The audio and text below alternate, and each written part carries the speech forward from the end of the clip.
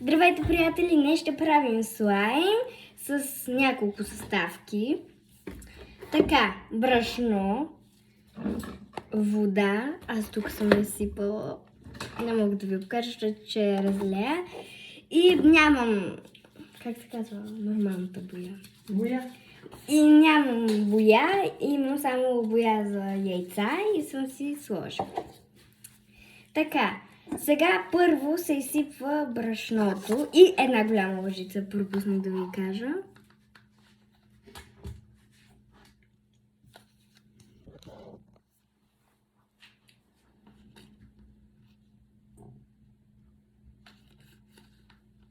Не трябваше цялото просто да се го изсипа. Ми си пил?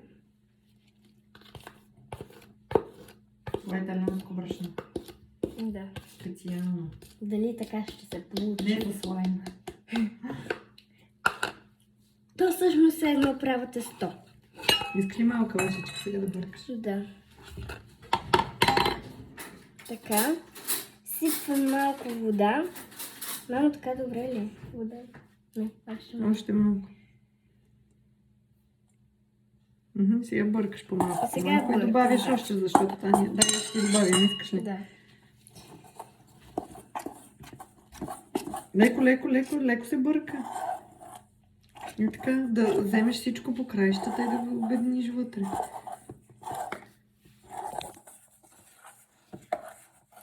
Трябва да ви се получи общо взето като тесто.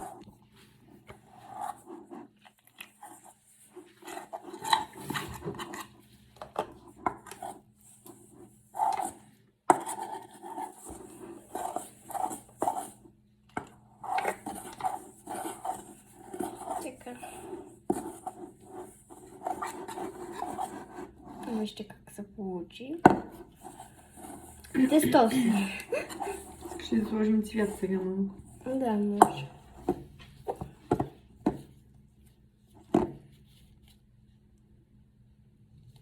И звъня.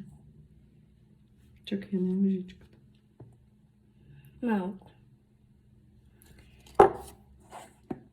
Това е синьо. Това е лилаво. Ама аз исках... Не е лилаво, виж. Стана лилаво. Е така го свали от това. Не дай да те гнусти си с ръкавици.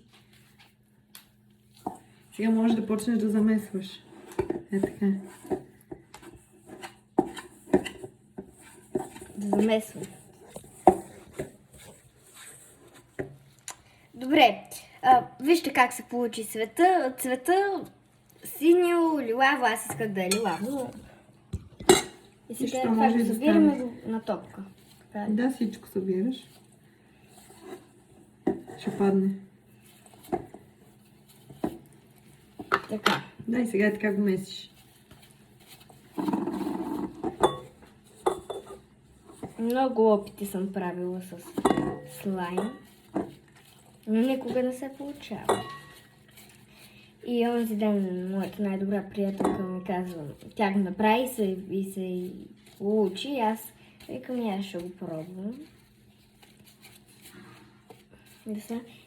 Стана много яко, така, ама не.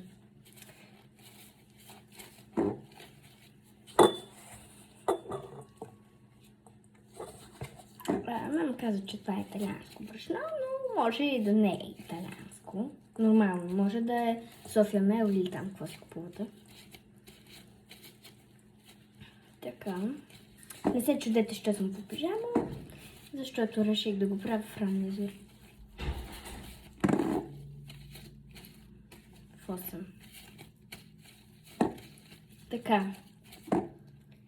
Мисля, че ще ми трябва още малко боя. Мамо, виж колко яко се получи. Така на пътна. То ще се оправи, само че трябва хубаво да замесиш. Май още малко брашно трябва. Да не лекото. Не, така бери с него вътре. Може ли още малко боя? Да не сложиш.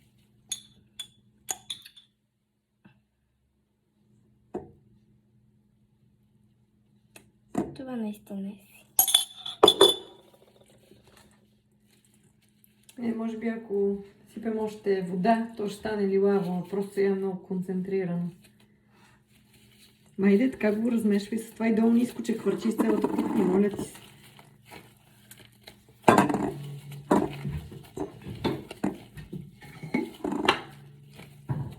Хора, става и лилаво и синьо.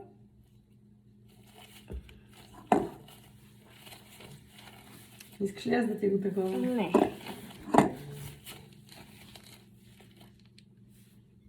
Не така обери с самото това всичко отдолу. Така. И така натискай вътре, така с длан. Ама оправи тия ръкавици, Тереза, то така не ти е удобно. Какво да ще правя, че се вадат? Тебе са се изпотили ръцете. Това ми оправи.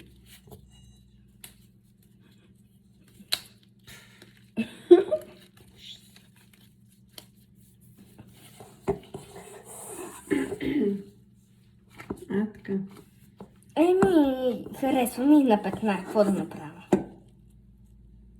Ама то ако го месиш повече, ще стане хубаво. Ама аз искам лилаво да стане. Да, то ще стане, ама трябва много месене. Явно. Колко месене? Да взема една Много. разточилка или там как ли се. Не се разточва, меси се. Така да го обединиш цялото, всичко е така. Така. А да го стиска? Всичко се прави. И обираш отдолу пак. И по-навътре, че хвърчи на цялата кухня.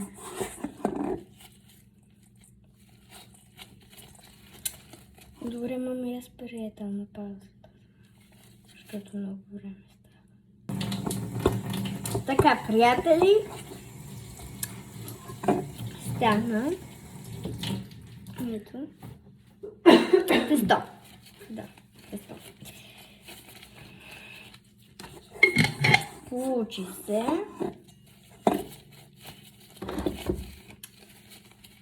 И после ще го пробвам без ръкавици да видя дали много се лепи на ръцете.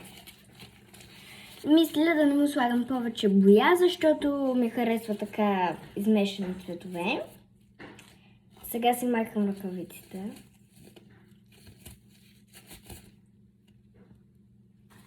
Така.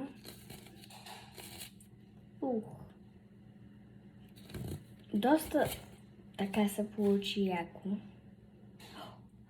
Той не се лепи на ръцете. Само малък се лепи. Хора. Супер. Нали? Лепи се, само че ще се получи. Получи се. В смисъл да, става. Аз сега тук ще го сложа в тази купичка. Тя беше тук, то беше брашното. Не, само че да. Вижте. Препоръчвам ви рецептата, става. Няма как да не стане, защото си е чисто брашно това. Абонирайте се за канала Тереза Енджел и там напишете в коментарите пробвали ли сте този слайм. Тесто по-скоро. Аз обичам слаймове.